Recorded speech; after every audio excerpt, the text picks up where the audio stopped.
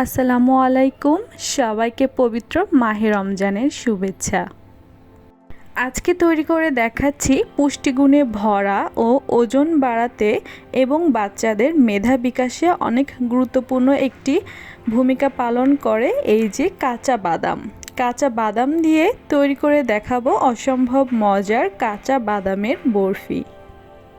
এখানে আমি 3 ধরনের বাদাম নিয়েছি। আপনারা চাইলে যে কোনো এক ধরনের বাদাম দিয়েও তৈরি করতে পারেন। আমি বাদামগুলোকে পানিতে ভিজিয়ে রেখেছিলাম। সারা রাত পর আমি এভাবে খোসা ছাড়িয়ে নিচ্ছি। তবে কাজু বাদাম আমি আর পানিতে ভিজাইনি। এটা যেহেতু নরম থাকে, এটা ব্লেন্ডার করলে এমনিতেই পেস্ট হয়ে যাবে। কাঠবাদামের খোসাগুলোও আমি একে একে ছাড়িয়ে নিলাম। এই যে দেখুন, আমার সবগুলো বাদামের খোসা পরিষ্কার করে নেওয়া হয়ে গিয়েছে। তবে বাদামের খোসা কিন্তু আমাদের স্বাস্থ্যের জন্য অনেক উপকারী। এতে প্রচুর পরিমাণে ফাইবার থাকে। এটি বাচ্চাদের কোষ্ঠকাঠিন্য খুব সহজে দূর করতে সাহায্য করে। এখন আমি এই কাঁচা বাদামগুলোকে একটি গ্রাইন্ডারের ভিতরে দিয়ে দিচ্ছি, আর এখানে দিয়ে দিচ্ছি আধা কাপ পরিমাণ লিকুইড গরুর দুধ। এই গরুর দুধটাকে আমি জাল করে ঠান্ডা করে নিয়েছি। এখন একটা গ্রাইন্ডারে খুব ভালোভাবে এগুলোকে পেস্ট করে নিয়ে নিচ্ছি। আমার বাদামগুলা পেস্ট হয়ে গিয়েছে।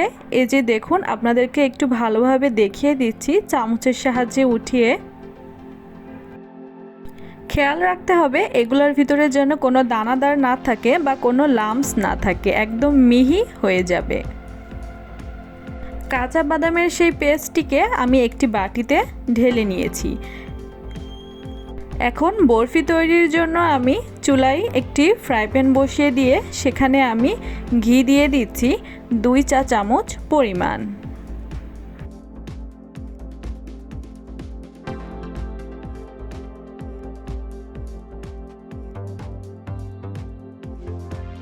ঘিটি খুব ভালোভাবে গরম হয়ে এলে এর ভিতরে আমি দিয়ে দিচ্ছি 1/3 কাপ পরিমাণ সাদা চিনি। যে গ্রাইন্ডারে আমি বাদাম পেস্ট করেছিলাম সেখানে যতটুকু পরিমাণ বাদাম লেগেছিল সেইটুক 1/3 কাপ পরিমাণ পানিতে ধুয়ে নিয়ে দিয়ে দিচ্ছি। এখানে অনেকেই ভাবতে পারেন যে দুধ দিয়েছি, কিন্তু এটা দুধ না। এখন এই সবগুলো উপকরণকে খুব ভালোভাবে আমি ঘুরিয়ে ঘুরিয়ে চিনিটা গলিয়ে নিচ্ছি এবং চুলার আঁচ মিডিয়াম টু হাই হিটে করে রেখেছি।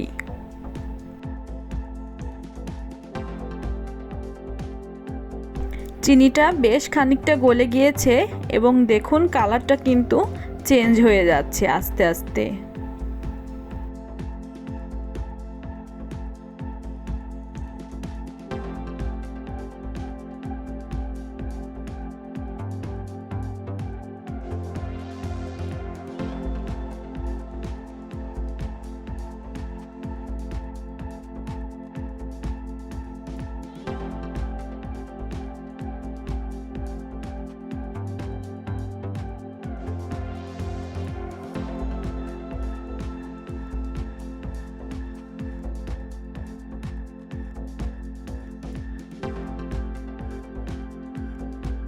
চিনিগুলাকে খুব ভালোভাবে একদম গলিয়ে নিতে হবে যাতে কোনো চিনির ভিতরে দানাদার না থাকে, এবং একতার সৃষ্টি হলে তখন আমি সেই মিক্সড করে বাদামগুলো যে গ্রাইন্ডারে পেস্ট করে রেখেছিলাম সেইগুলা দিয়ে খুব তাড়াতাড়ি সেই চিনির উপকরণের সাথে এগুলাকে মিশিয়ে নিচ্ছি।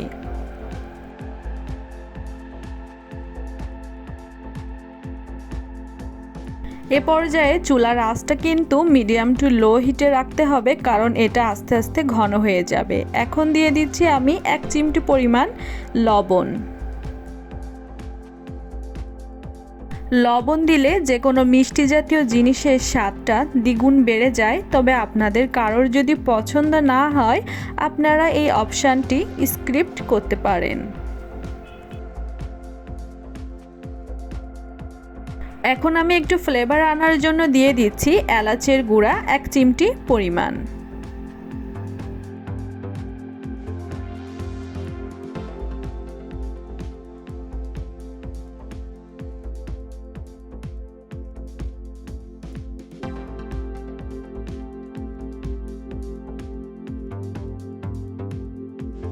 যেহেতু বাদামে প্রচুর পরিমাণে তেল থাকে, এজন্য আমি আর শেষে কোনো ঘি অ্যাড করব না, তাহলে এটা অনেক বেশি অয়েলি হয়ে যাবে। 15 থেকে 20 মিনিট মিডিয়াম টু লো হিটে বাদামের মিক্সচারগুলোকে জাল করে নেওয়ার পর এটা বেশ খানিকটা পানি শুকিয়ে এসেছে এবং এটা এখন একটু হালুয়ার শেপে চলে এসেছে। আপনারা যারা হালুয়া খেতে পছন্দ করেন তারা এভাবে করে উঠিয়ে নিয়েও কিন্তু হালুয়াটা ট্রাই করতে পারেন। তবে আমি যেহেতু আজকে আপনাদেরকে কাঁচা বাদামের বরফি তৈরি করে দেখাবো, এজন্য আমি এটাকে আরও কিছুটা পানি শুকিয়ে নিব এবং দেখুন এ পর্যায়ে কিন্তু এটা চামচের সাথে লেগে আসছে, অর্থাৎ হাঁড়ি থেকে উঠে আসছে। এটা আরও কিছুটা শক্ত হয়ে আসলে আমি এটাকে ঠান্ডা করে বরফির শেপ দিয়ে নিব।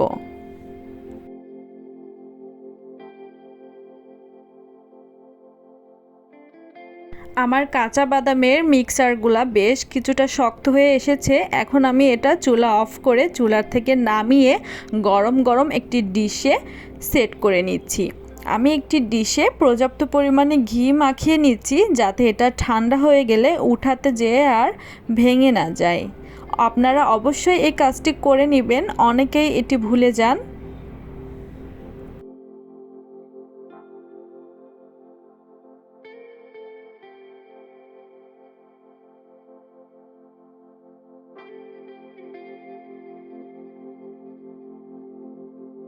গরম থাকা অবস্থাতেই এই বাদামের মিক্সচারগুলোকে একটি শেপ দিয়ে নিব। আপনারা যে যার পছন্দ অনুযায়ী শেপ তৈরি করে নিতে পারেন।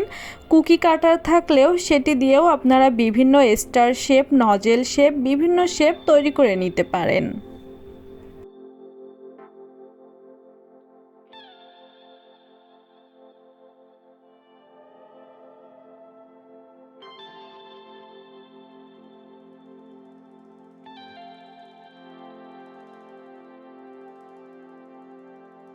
আমি একটু ডেকোরেশনের জন্য উপর থেকে পেস্তা বাদাম কুচি করে কেটে নিয়ে একটু সাজিয়ে দিয়েছি। এবার আমি এটিকে আমার পছন্দ অনুযায়ী আমি শেপ দিয়ে কেটে নিচ্ছি।